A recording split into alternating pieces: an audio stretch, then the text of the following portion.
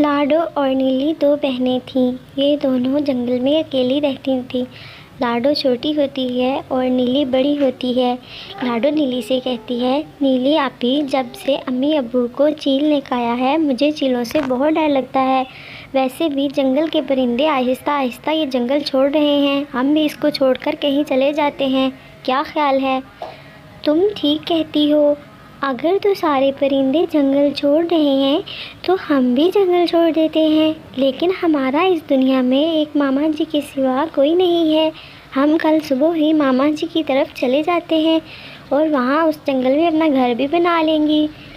वो दोनों अपने मामा के घर चली जाती हैं। मामी चिड़िया उनको देख रही होती है।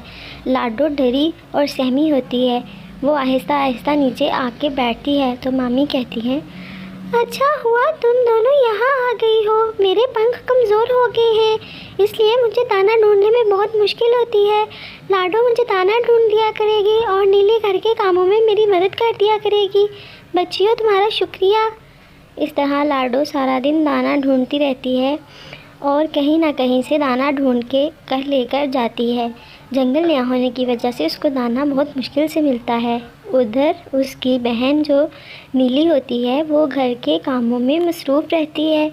घर के कामकाज के बाद वो एक कोने में बैठकर अपने वालिदैन को याद करती है और अपने घर को भी याद करती है। उधर बंटी कबूतर लाडो चिड़िया से मिलता है और उसको कहता है कि तुम्हारी बहन मुझे बहुत अच्छी लगती है। तुम अपनी बहन को मेरा पैगाम देना कि वो कबूतरों की बस्ती में मुझसे मिले। नीली चिड़िया बंटी कबूतर से मिलती है। बंटी कहता है, नीली, तुम मुझे बहुत अच्छी लगती हो। मैं तुम्हारे साथ शादी करना चाहता हूँ और तुम्हें अपने घर में लेके आना चाहता हूँ। तुम मुझे अपना बता देना, मैं तुम्हारे जवाब का इंतज़ार करूँगा। तो मेरा जवाब सुन लो, मैं तुमसे शादी के लिए राज़ी हूँ, लेकिन मेरी शर्त है, मैं तुम्हें लेकर अपने माँ बाप के घर में रहूँगी क्योंकि मेरा यहाँ दिल नहीं लगता। इस तरह वो उसको लेकर अपने माँ बाप के घर आ जाती है। बंटी, ये घर अब से मेरा ही है, तुम परेशान ना होना। लाडो तो मामू की तरफ ही रहेगी क्योंकि इतने दिनों से वो यहाँ नहीं आई। उधर बंटी बैठी सोच रही होती है तो लाडो चिड़िया आ जाती है। बंटी उसको देखकर हैरान होती है और सोचती है अब पता नहीं ये क्या कहेगी। आप तो मुझे वहाँ छोड़ आई थी, आपने तो मेरा ख्याल ही नहीं किया और मुझे लेने भी नहीं गई।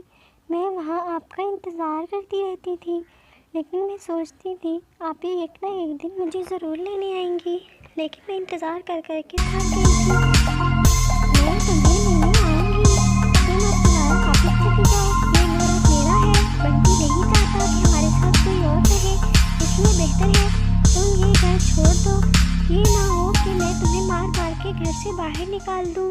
लाडो जंगल में सारा दिन इधर उधर फिरना शुरू हो जाती है और अपनी बहन के रवैये पर बहुत ज़्यादा दुखी होती है। वो सारा दिन जंगलों में इधर उधर फिरती है। एक दिन उसको एक चिड़ा मिलता है जो उसकी सारी कहानी को सुनता है और मन ही मन में सोच रहा होता है, कितनी अच्छी और कितनी खूबसूरत चिड़िया है, क्यों ना मैं इसके साथ शादी कर लूँ और ये मेरे घर में मेरे साथ रहेगी।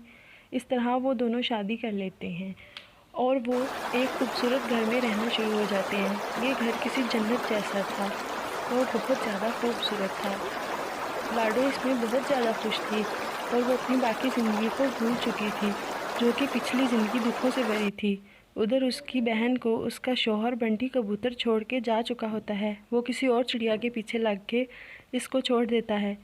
प्यारे बच्चों, इस कहानी से हमें सबक मिलता है कि लालच बुरी बला है और लालच की वजह से हम अपने रिश्ते भी खो देते हैं।